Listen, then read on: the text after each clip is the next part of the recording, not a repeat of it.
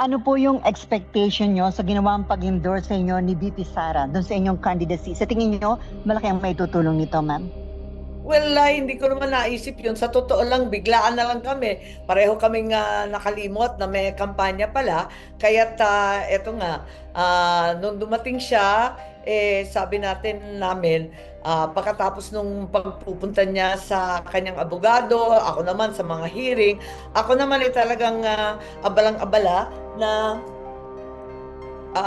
kung maari, kuan na magkampanya na kami, nakalimutan namin. So, ora-orada, the following day, nag-shoot na lang kami. Biglang nakalimutan namin lahat ng politika na abala tayong lahat dito sa pagdampot kay Presidente Duterte. Ma'am, bakit itim yung ginamit sa endorsement sa inyo? Hindi po ba negative na dating parang pagluluksa? Yun na nga, sabi ko nga, bakit nga ba itim? Siya nagpupumiglas na talagang kinakailangan itim. Pagkat ang sabi niya, nagluluksa ang bansa at maraming naghihirap, gutom na ang sikmura, gutom pa sa hustisya. Hindi natututukan ang sadyang problema ng ating bansa, hindi nasusolusyonan. Kaya maraming problema, ang korupsyon, bumalik na naman tayo diyan sa mga krimen na hindi intindihan. Kaya para sa kanya, luksa daw. Nag-iisip nga kami ng maigi kung paano gagawin. Pero nagawa naman ng paraan. At yung itim, simbolo na ipaglaban ang tama, itama ang mali. Ma'am, hindi daw ba magiging dahilan yun para hindi nyo makuha ang suporta ng mga supporter ng administration dahil ang impression, mas pinili nyo talaga ang mga Duterte kasi kumalas kayo sa alyansa at ngayon, nagpa-endorse kayo kay VP Sara. Para sa akin, pinili ko lamang ang tama.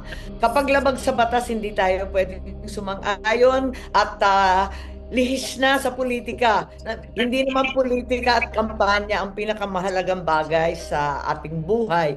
Ang importante, manindigan, pangatawanan ang tama. Marami ng kamali.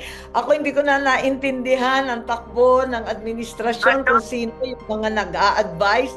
Nahihirapan ako kasi hindi tinututukan ang tunay na problema ng napakatataas na presyo, ang kakulangan sa pagkain at trabaho. Sana tutukan naman yun ang napakahirap ng sitwasyon na nagkakasakit at namamatayan. Kaya sana bumalik tayo sa ating katungkulan na ibsan ang kahirapan ng ating mga kababayan.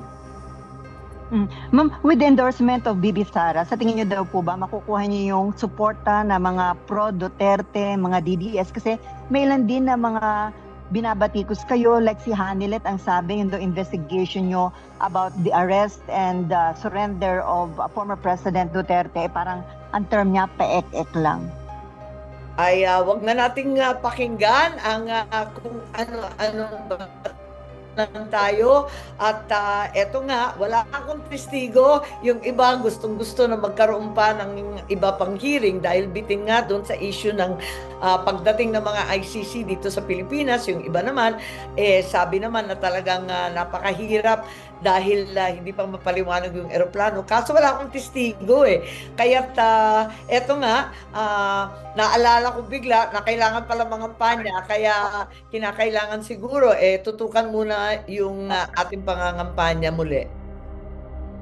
Ma'am, nasa Cebu kayo ngayon, i-endorse na rin ba kayo ni Governor Gwen Garcia o niligawan niyo pa siya para i-endorse kayo? Hindi, nandito ako dahil 50th anniversary ng Kapataang Barangay, ang sinaunang SK na itinatag ko. Kaya nandito ako, nagtitipon-tipon kami. Nagkataon lang Cebu ang tropa at dito kami nagkaisa.